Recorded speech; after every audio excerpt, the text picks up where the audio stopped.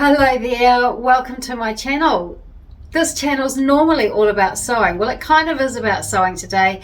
I'm just going to be showing you my sewing room. I'm packing it up because we're moving house. We're not just moving house, we are moving, oh gosh, how far is it? Did I say it's 6,000 kilometers or something like that? It's a pretty big move within New Zealand. So I haven't been doing any sewing. I've been doing nothing but gardening and sorting and meeting agents and doing all that kind of stuff. So I thought I would take a little bit of time and just show you you've never actually seen my sewing room, I don't think. You've seen bits of it, but I thought I would just show you how far along I am with packing. And I really just wanted to stop in and say hello and say sorry I haven't been in touch with you guys, but yeah, it is pretty crazy here at the moment. So anyway, I'll stop yammering on and I'll take you downstairs and I will show you how far I've got dismantling my sewing room. So this is it, guys. This is the mess that is my sewing room. Actually, I may well be very loud now because I've got the microphone right so close to my face. It's probably going to be way too loud, so I'll have to turn this sound down in this part, I expect. But here we go. This is it in all its glory, or rather in all its shambles. This set of drawers here is actually all full of patterns. Actually, let me just check that. What have I got in here? Oh, that's just actually a whole bunch of courier bags from online purchases that I've had in the past. And I think this one might be the same. Yeah, but all in here is patterns that I have had cut out. They're PDF patterns. There are some Big Four in there as well. So they're all my patterns for me. And in this bottom drawer here, I do have some kids' patterns. So hopefully I'm not going to be making you sick as I career around with this camera.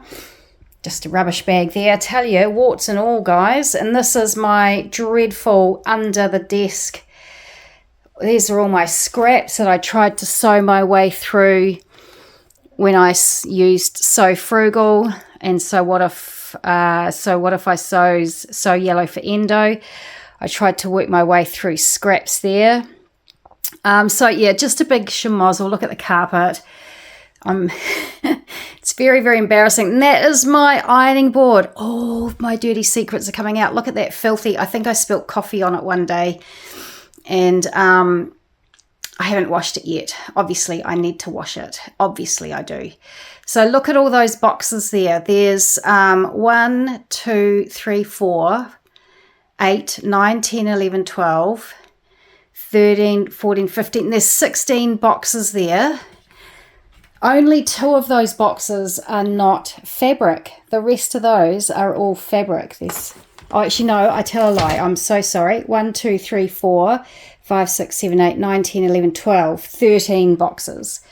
And only 2 of those are not fabric. That's my old sewing machine there. My light that I use for sewing. My overlocker. That's my beautiful, I love this machine, my brother, NVQ 1800 or whatever you call it. There she is. I love her so much. Those plastic bags there are what I store my patterns in after I've printed them and cut them out. I've packed away all my sewing threads off there. There's just a few random bits and pieces. A torch. I don't know why I've got a torch there.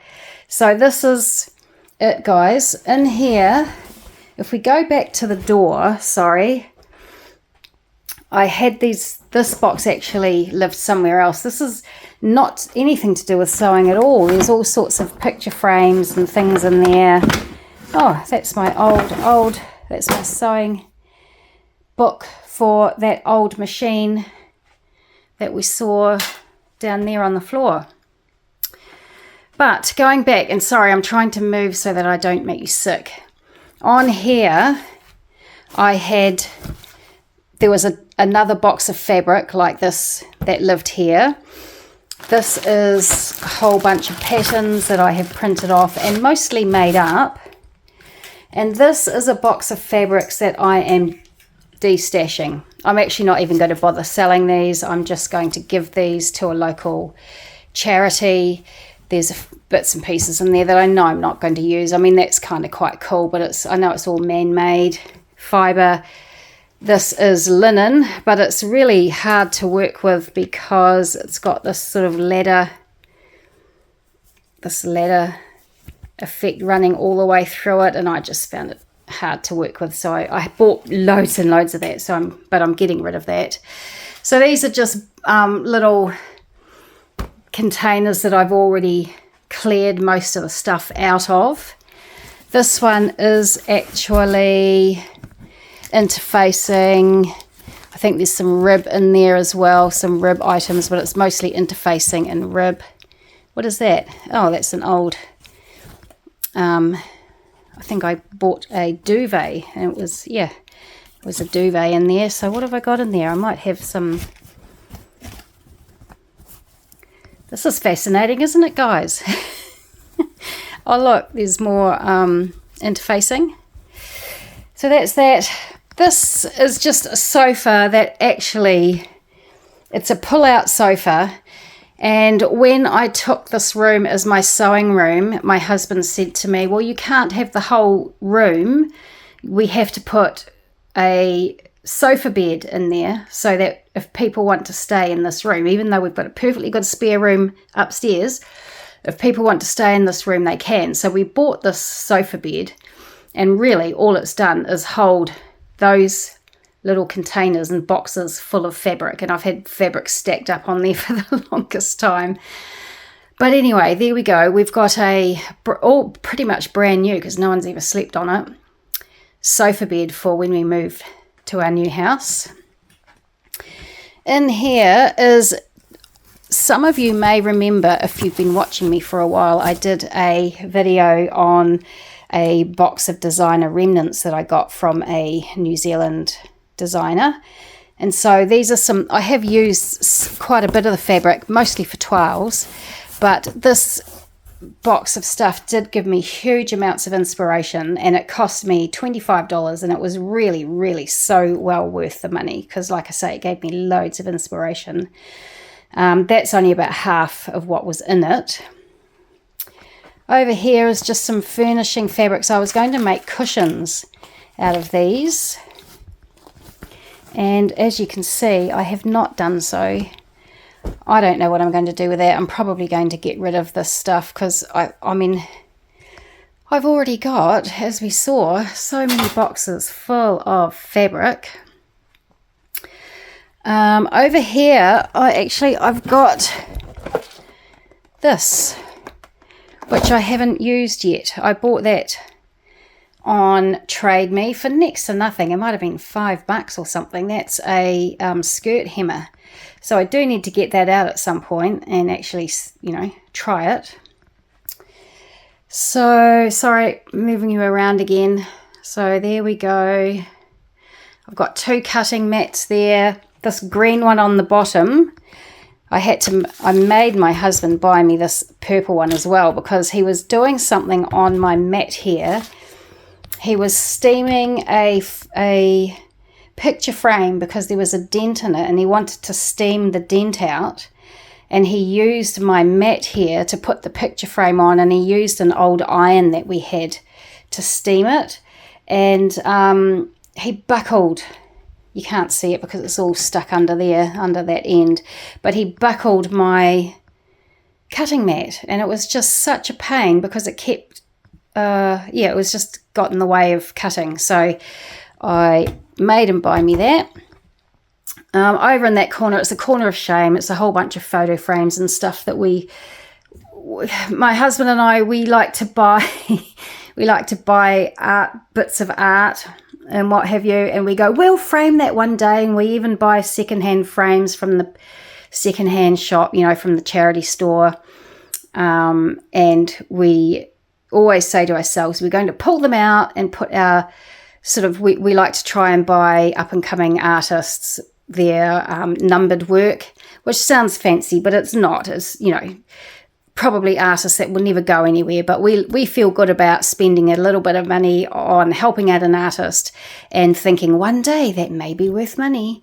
But the likes of this thing, we just love this old thing here. We just love old stuff. Oh, look, there's under there another little corner of shame is patterns that they no longer fit me, and I've been meaning to get rid of them for the longest time because I hopefully will never fit them again. They're too large for me. In here is just a lot of different overlocking threads mostly. And in this big cupboard here, it's absolutely huge. Sorry, this is probably, I hope this is a little bit interesting for you. This is a huge big cupboard in my sewing room. You can see how big it is. And oh, actually, before we get there, behind the door here was a little, I think they're in IKEA, they are called Kallax units. Oh, look out there. We've got wallpaper to go on this hallway out here, so we've got that to do before we move. But yeah, this was all filled with fabric. These are all obviously patterns that I've had printed off. That is the extension table for my sewing machine. It's a quilting model. So I've never actually used that, but it was very important to me when I bought the machine that I got that. And in here is my cupboard. This is where the majority of my patterns that I've printed off, or my big 4 patterns are. There's my Lola dress, there's more patterns. So yeah, this is just one giant cupboard. And there's Christmas decorations up there. And so yeah, on a little bit of fill there if I do ever get around to making my cushions. I was actually going to make a stuffed toy for Chris. He loves dinosaurs. He's a bit of a soft touch, so I was going to make him a plushy dinosaur, but never have. So there we go. Oh look, there's some items that I got from the Dahlia Society, some Frida Kahlo things, some of the postcards from the Dahlia Society's bespoke boxes. So there we are, guys. You never have seen my sewing room, so I thought I would show you it in complete and utter disarray. So yeah, there we go. Oh, sorry, that probably made you feel giddy. Anyway, oh, that little thing here is where I stored all my scissors and my ruler and my pens and stuff. As I was working, it would sit just to the right of my sewing machine there, and so I would just reach over and I had everything that I needed right at my fingertips. Here's my Horn sewing cabinet. It is old. I bought this second hand, but it's been really good. I do find it a little bit cramped to work in, sitting here, a little bit on the cramped side, but it's good that I've got my table over here. When I need to do something, I can just, obviously there's not normally crud all over it, but if I need extra space, I'll just move over here. So this is this is where I have created all my creations over the last 3 or 4 years, and over the last about year and a half that you have been watching me on YouTube. I do have one sewing item to show you, and this is the Landgate that I made from, it's a Merchant and Mills pattern. I made this for my husband Chris. This is made in a cotton drill. It's got a tiny bit of stretch in it. The pattern doesn't call for stretch, but it's worked really well. It feels really nice and comfortable. It's quite heavyweight. So this has got a hood on it, zip front. It's got this sort of shaping in here at the shoulder. These little gussets here. Front yoke. Top stitching for Africa. The pattern didn't call for cord, a drawstring around the bottom, but Chris wanted to be able to pull it in around the bottom as well as around the waist. It's finished, except I just need to get him to try it on again and just tell me how long he needs these cords to be, and then I'll cut those off. It's got patch pockets on the front that I put a jean button on. You can also do side pockets. He didn't want those. It's got a zip. Where's the zip gone? Here's the zip around the neck. And Chris wanted this double toggle thing here for around the neck. So this zip, now this pattern actually is really easy to make. It's very simple. The instructions are really good. I really like Merchant & Mill's instructions. But with zips, I do struggle a little bit with zips. I always sew them too close to the teeth. And so this one can be, you've got to get it in just the right place or it doesn't undo and do properly. Do up properly rather. So that's the only thing that I'm not 100% happy with, is that the zip, when I have top stitched it, it's too close, or when I've stitched it in the first place, it's really too close to the teeth. I need to learn to sew a bit closer to, I'm not really going to be able to show you, but I think if you put zips in, you know what I mean. I really need to learn to sew closer to the outside of the zip rather than too far into the teeth of the zip. But I really like this. I'm really happy I made it. Chris loves it. He will wear it. Hello, doggy. But yeah, this zip is a little bit of a faff, I have to say.